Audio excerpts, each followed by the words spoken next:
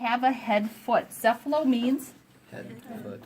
Yeah, and poda means foot. Very good. So when we take a look at this, we can see that it actually exhibits all three parts that mollusks have in their body.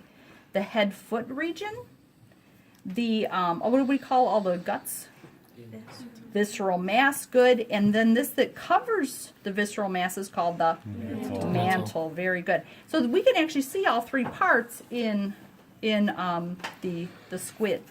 Okay, taking a look at its head foot.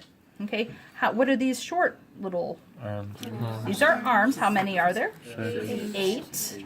Okay, and then the long ones are called? Tentacles. And there are 2. Okay, now if you don't remember the numbers, okay, could you count them? Absolutely, as long as you don't touch the squid, you can do whatever you need to. Now, looking at its digestive system, okay, we've already taken out the first part of it. What used to sit in here? It's right. The beak. Good. Good. This is called the buccal bulb. And inside of it, you guys just told me, is the beak. Very good. What would the beak be for? Eating. Eating. Good. It's going to kill its prey. Okay. And then what is found inside the beak? Very good. The radula, and that's going to allow it to scrape and break down the food. Okay. What is the tube at the other end? Esophagus. Good. So this would be his esophagus, okay, and it would go down all through this lumpy part of the body. Down here we have the intestines, which I never will point out to you until we get to the end of the intestines here. Okay, so what's the last part of the intestines called? Well, the ink sac is underneath the tube that's part of the digestive system. It's the last part of our, before you get to your anus, it's our rectum. Very good. So the tube is called the rectum, and then underneath is the ink sac. Now the ink sac is going to produce ink. Why does it produce ink? Against predators for protection. Protection. And what's the word? It's going to allow it to camouflage. Good, because once it shoots that out, and we didn't get to actually see it because all of our ink sacs are dry, but it would actually camouflage the squid. But it's real convenient that the ink sac is right underneath the rectum because it'll shoot the ink into the rectum. And then out the, what is this structure?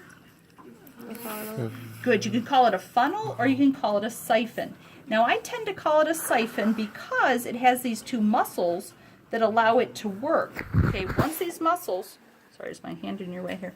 Okay, so these two muscles are called the siphon retractor muscles. Did you guys want to look at this? These are very cool. Okay, these are the siphon retractor muscles. You pull them and it'll shoot the water out the siphon.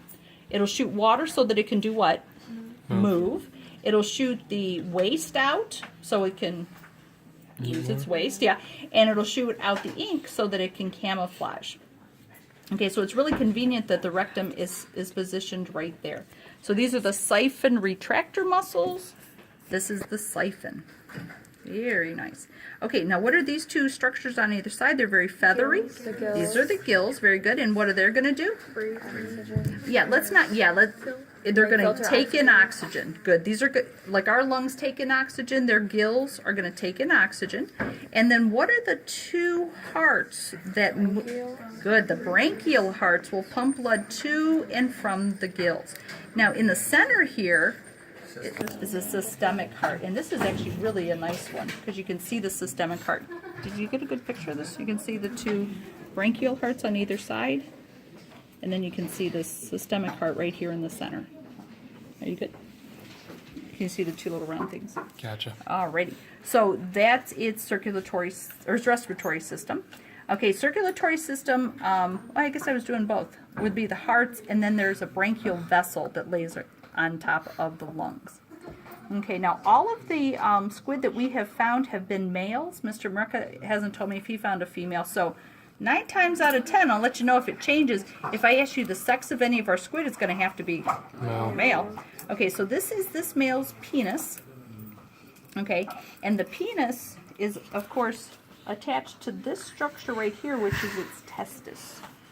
Okay, see, it's a bunch of tubes, and there's actually a lot of tubing down here. This is all part of its testis. Okay, so remember, whenever they go to mate, He'll take his tentacle, put it down his mantle, because this is all open, take a little packet of sperm, and then insert it into the female's mantle. Okay, and then she can decide whether or not she's going to use it, and she can actually get rid of it out of her mantle. Okay, there was one thing I just remembered I didn't talk about on the end of the rectum. Our little finger-like projections are called rectal papillae. They don't have an anus like we do. They don't have an anus like we do. So it's not going to be a muscle like we have. So they have to have something to sort of control release, but I suppose they probably poop whenever they need to. Okay. Now this is a structure that we found on the back wall of this this squid. What is this called? Pen. Good. Pen. So this is its pen. Margot taught me that. Oh, nice. So this is its pen. This is going to be the remnant of its shell. Okay. It's not going to provide any kind of protection. What it's going to do is it's going to make the squid stiff, so when it's swimming, it's not all floppy and it can have a little bit more control. All right, so it's a remnant of the shell, because remember, it's related to those shelled organisms. Okay, oh, I didn't look at the outside of this. What's this? What are these two structures here? Those are the fins, and if we look at the skin, there are all these little freckles. Chromatophores. Good. Just remember, chrome means color. So look on your word bank for chrome, and you'll see it says chromatophore. So these will allow them to do what?